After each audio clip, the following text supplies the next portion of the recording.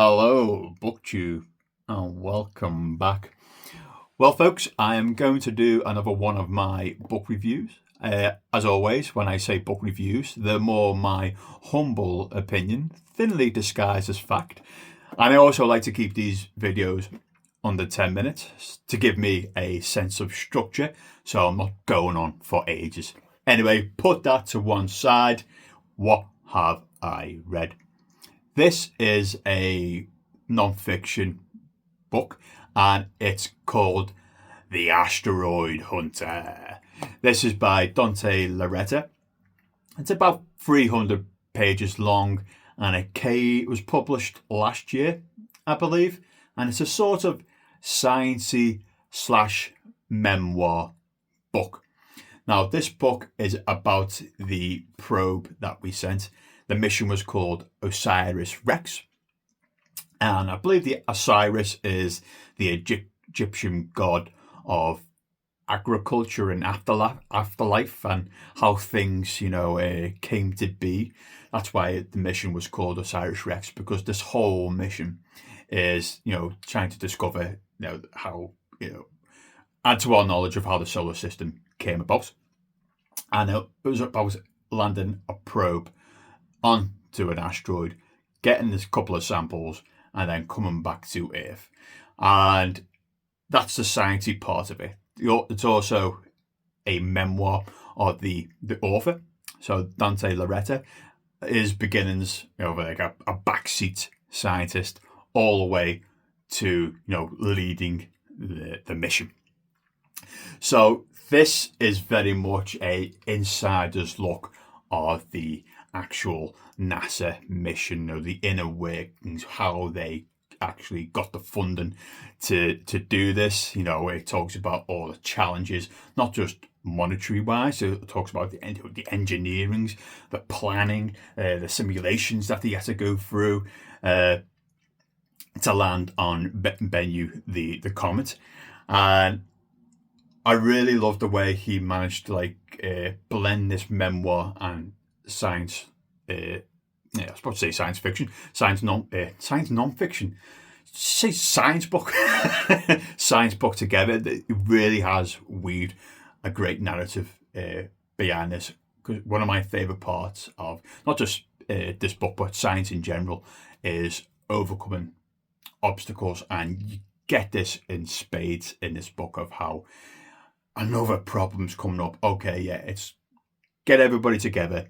How are we going to come back? How are we going to fight this and do it?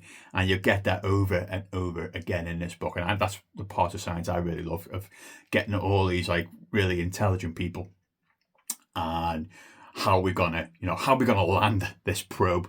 What site are we gonna get? How are we gonna deal with the microgravity? It's all that kind of stuff, and the overcoming of obstacles during a NASA mission. If you love that kind of stuff, you're gonna get this in spades in this book. And it's not just given to you in a kind of scientific fact, like a science book. Again, this is a personal memoir from the guy who led the mission. So you get his own stresses and points, down points, up points. This asteroid's gonna destroy everything. So it's a really good reflection on the challenges of landing on a asteroid.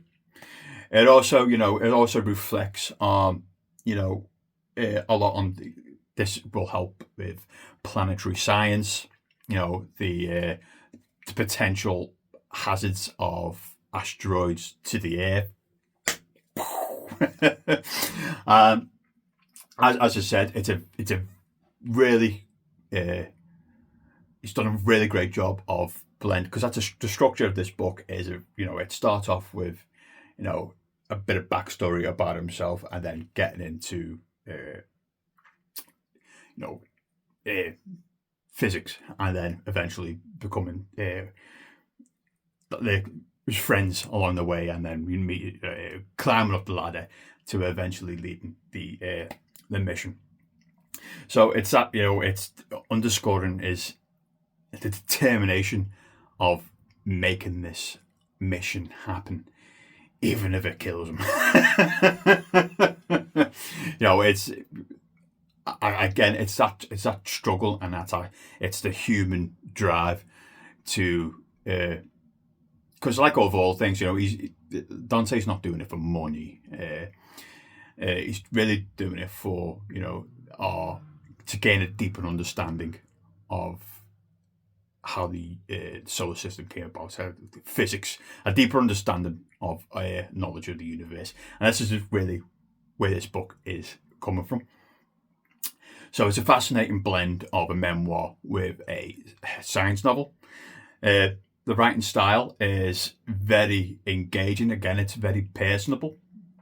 It's suitable for people who enjoy science and know quite a lot about science, but it's also suitable for people who are not so familiar with how science, because he doesn't absolutely give you all the dense definitions and ways until you've completely zoned out. He does give it a bit of sciencey tennis, but he packs them with explanations and again that personal narrative that he's driving throughout this book. So it's a mixture of his own personal thoughts and a bit of technical details. So this book is pretty much for everyone to pick up and read. For those of you who don't like science at all, maybe not that. For those of you who don't like science or a space mission or that kind of thing, you might find this a little bit dry, maybe. But of those of you who are interested in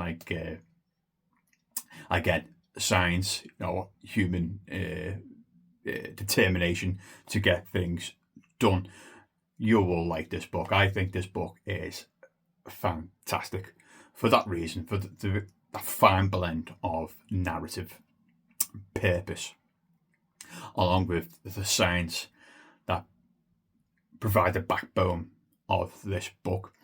And I love also the absolute trials and tribulations of a NASA mission.